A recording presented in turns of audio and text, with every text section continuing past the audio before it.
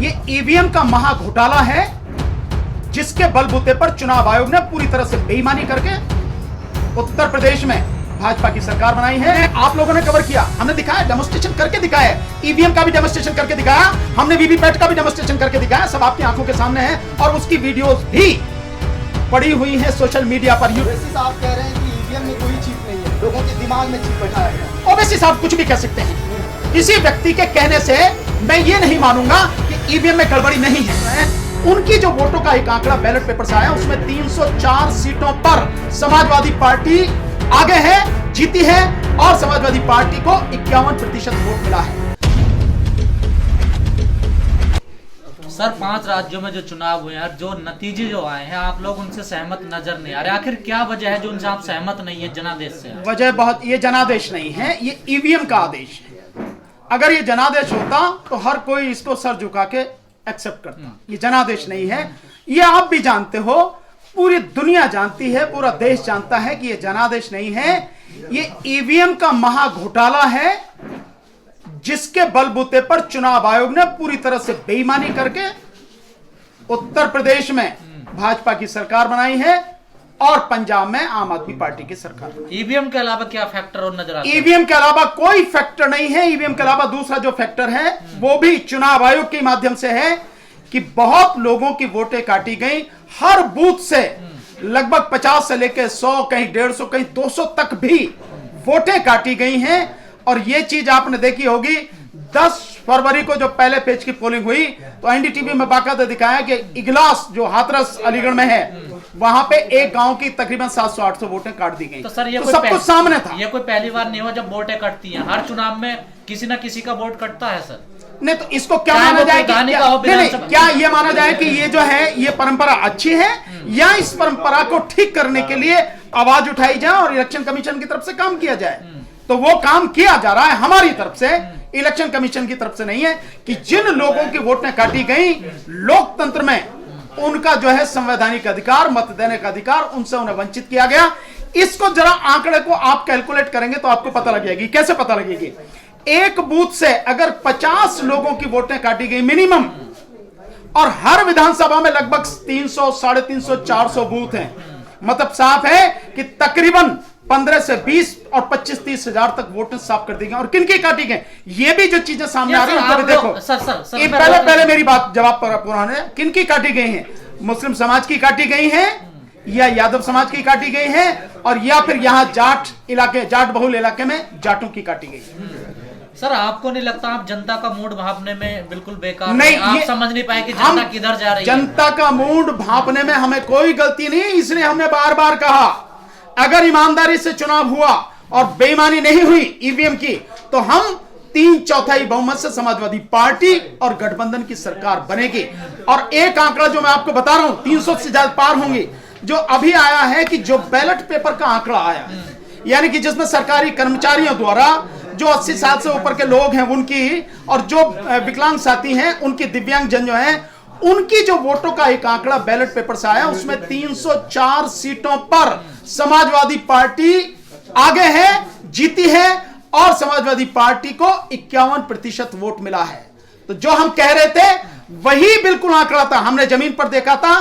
जन इसके समाजवादी पार्टी के पक्ष में, गठबंधन के पक्ष में वोटें नहीं, मतलब लहर नहीं, उनके पक्ष में अंधड़ था, जबरदस्त तूफान था समाजवादी पार्टी को जिताने और बीजेपी को हराने के लिए। जमीन पर देखा। क्यों भूल जाते हैं आपके गठबंधन के बड़े बड़े नेता हार गए, स्वामी प्रसाद मौर्य जैसे हार नहीं गए, अपने बड़े बड़े क्षेत्र हार गए, मुजफ्फरनगर हार गए, एटावा हार गए, मैनपुरी हार गए, एटा हार गए। सर इसका मतलब यह है कि आप जो चुनाव आयोग ने बेईमानी की है उसको सपोर्ट कर रहे हैं। आप बहुत अफसोस की बात है कि मीडिया के साथी होकर आप उनको सपोर्ट कर रहे हैं।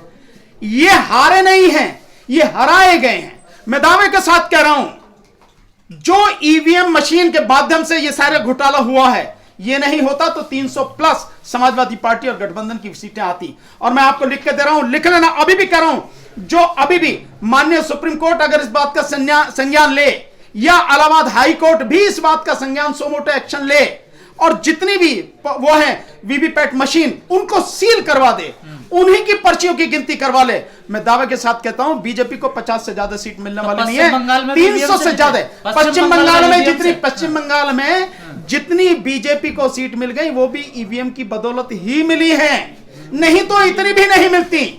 आप नहीं मानते इसको, आपको समझ में नहीं आती, या आप इस बात को स्वीकार किसी तरह से नहीं करना चाहते तो नहीं, आपको नहीं लगता आपके हार नहीं, बौखलाहट है यहाँ हमारी बौखलाहट जमीन पे काम क्या नहीं, आप लोगों ने फिर ईवीएम पे ठीकरा फोड़ देते आप लोग। तो जो वो रैलियों में जो जन सैलाब आ रहा था बिना काम के आ रहा था, जन सैलाब कितना लिया पैसों से, पैसों से, और क्या तो पैसों से तो बीजेपी लाती है भाई। आपने भी इनके साथ में गठबंधन कर लिया होगा, हो सकता है आप भी पैसों से लाते हो या भीड़ जो पैसों से आती है उसमें जाते हो।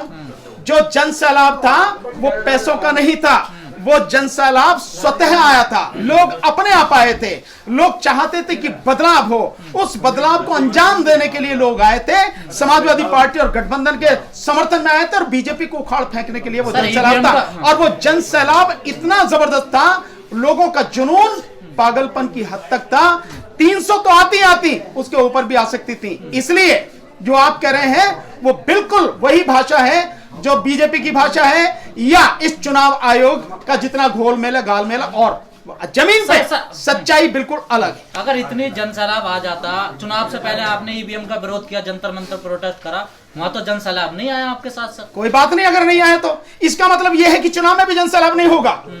अगर हमारे साथ में ईवीएम का विरोध करने के लिए जब हमने 30 मई 2019 से शुरू किया, जब लोग नहीं आए तो इसका मतलब यह नहीं है कि अब भी नहीं आएंगे लोग। अब इस बात को नहीं समझ लेंगे। जब हमने शुरू किया तब धीरे धीरे लोग समझना शुरू हुए कि भाई ईवीएम में भी गड़बड़ी होती है। हमने, आप लोगों ने कवर किया, हमने दिखाया, डेमोन्स्ट्रेशन करके दिखाया, ईवीएम का भी डेमोन्स्ट्रेशन करके दिखाया, हमने वीवीपैट का भी डेमोन्स्ट्रेशन करके दिखाया, सब आपकी आंखों के सामने है। और उसकी वीडियोस भी पड़ी हुई है सोशल मीडिया पर, यूट्यूब पर। इसके अलावा जो आप बात कर रहे हैं, तब जब हमने आंदोलन शुरू किया था तब बहुत लोग धीरे धीरे उसको समझने लगे, और उसके बाद में आज की तारीख में यह है, इस चुनाव से पहले हर तीसरा आदमी ईवीएम की बात करता था, सोशल मीडिया पे देखो आप। और इस चुनाव के बाद में, इस समय जब आपसे मैं बात कर रहा हूं, हर 3 में से दूसरा आदमी ईवीएम की गड़बड़ी के लिए बात कर रहा है, आंदोलन के लिए, संघर्ष करने के लिए तैयार हो रहा है।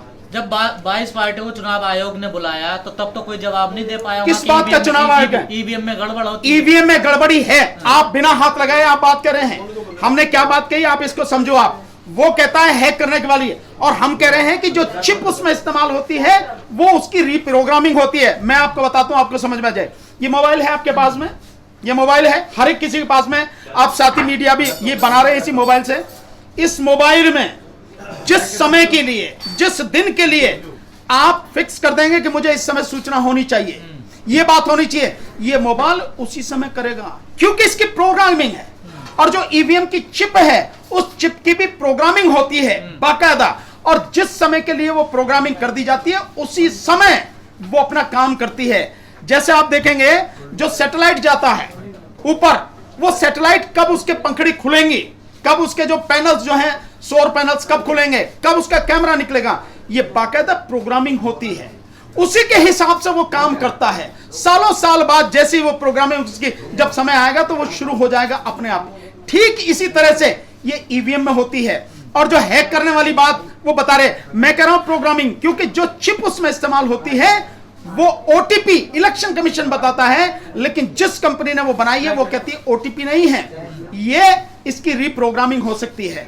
तो उसकी रीप्रोग्रामिंग होती है, क्योंकि जब चुनाव की घोषणा होती है, चुनाव के पूरे कार्यक्रम की घोषणा होती है, सब मालूम होता है किस तारीख से किस तारीख तक नॉमिनेशन होगा, किस तारीख को स्क्रूटनी होगी, किस तारीख को जो है उसके बाद में स्क्रूटनी के बाद में नाम वापस लिए जाएंगे, कब से प्रचार शुरू होगा, कब प्रचार बंद होगा, कब वोटिंग पड़ेगी और कब काउंटिंग होगी। ये सारी की चीजें एक आखिरी सवाल, आपको नहीं लगता जो आपके नेता 6 महीने पहले चुनाव से निकलते, जो एसी कल्चर है वो खत्म हो जाना चाहिए, जनता से मिलना चाहिए? मेरा कोई नेता नहीं है, मैं खुद में नेता हूं। मेरा कौन नेता? आप कह रहे कोई आपके नेता, मेरा कोई नेता गठबंधन किया, किसका गठबंधन? क्यों गठबंधन वालों ने काम नहीं किया? गठबंधन बिल्कुल समर्थन दिया हमने, गठबंधन के लोग काम कर रहे हैं। अगर गठबंधन के लोग काम नहीं करते, गठबंधन के लोगों को लोग पसंद नहीं करते, तो इतना जन सैलाब नहीं आता। आप इस चीज को इग्नोर करने की कोशिश कर रहे हैं, या आप भी बीजेपी की भाषा बोलने का प्रयास कर रहे हैं। जन सैलाब से खुश हैं आप? बिल्कुल जन सैलाब से हम खुश नहीं हैं। जन सैलाब के साथ साथ उन्होंने जो वोट दिया है हम उससे भी खुश हैं। जन सैलाब के साथ साथ जन सैलाब से भी खुश हैं, जो उन्होंने वोट दिया उससे भी खुश हैं। हम जिस बात से आहत हैं वो है ईवीएम, और हम अब आंदोलन की हमने शुरुआत कर दी है। ईवीएम को जड़ से उखाड़ के फेंकेंगे और इस देश में बाकायदा बैलेट पेपर स्थापित करके उससे चुनाव करवाएंगे। ओवैसी साहब कह रहे हैं कि ईवीएम में कोई चिप नहीं है, लोगों के दिमाग में चिप बैठाया गया है। ओवैसी साहब कुछ भी कह सकते हैं, किसी व्यक्ति के कहने से मैं ये नहीं मानूंगा कि ईवीएम में गड़बड़ी नहीं है। अगर ईवीएम में गड़बड़ी नहीं है ये जो कह रहे हैं, तो कैसे ईवीएम पकड़ी जा रहे हैं? ओवैसी साहब के पास या किसी के पास में इस बात का जवाब है? किस तरह से ट्रक में भरी ईवीएम पकड़ी गई, किस तरह से जो है कचरे के ढेर में ईवीएम पकड़ी गई, किस तरह से बिना सुरक्षा के लोग ईवीएम को ले जा रहे हैं, ये सारी चीज, इसका जवाब है क्या किसी के पास में? चैनल को लाइक, शेयर एंड सब्सक्राइब करें और बेल आइकन दबाना ना भूलें।